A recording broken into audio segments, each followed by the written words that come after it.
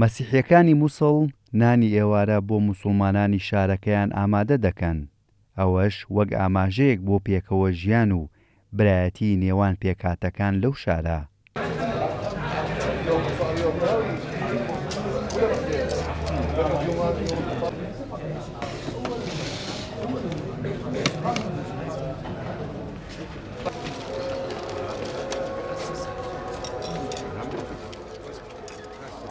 ئەو دەست پێشخەریەی لەلایەن ژمارەیەک لە مەسیحیەکانی مووسڵەوە ئەنجام درراوە بەر لە بانگی ئێوارە هەموو ئامادەکاریەکیان بۆ خوانی ئێوارەی موسڵمانان کردووە و مێزیان بۆ ئامادە کردوون و دەژڵێن پەیامیان ئەوەیە پیشانی بدەن هەمووان یەکن و هیچ جیاوازیەک لە نێوانیاندا نییە.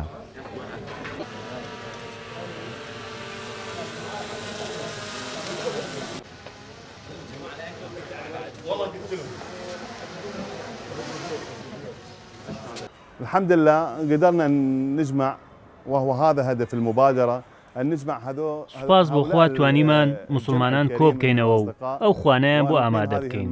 پەیامەکەشمانەوەیە کە عێراق بە هەموو پێکهاتەکانیەوە یەکە و یەکگرتووە. ورسالة هادفة هي العراق واحد بجميع أطيافه. أكيد يعني هي رسالة سلام ومحبة وأخوة. ئەمە پەیامی ئاشتی و خۆشەویستی و برایەتیە. هەمووان پێکەوە لەسەر یەک مێز دانیشتین و نانمان خوارد. ئەوەش بوو ئەوە بۆ پیشانی بدەین ئێمە هەمومان براین. هیچ جیاوازیەک لە نێوان ئێمەدا نییە و ئینشاءالله هیچ کاتێکیش جیاوازی ناکرێت.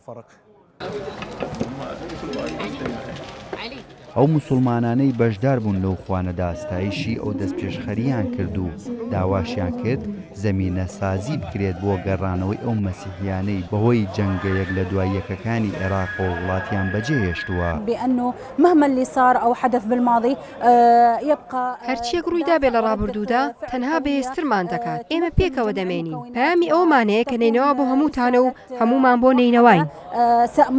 خلاصها أنه نينوى للجميع والجميع لنينوى.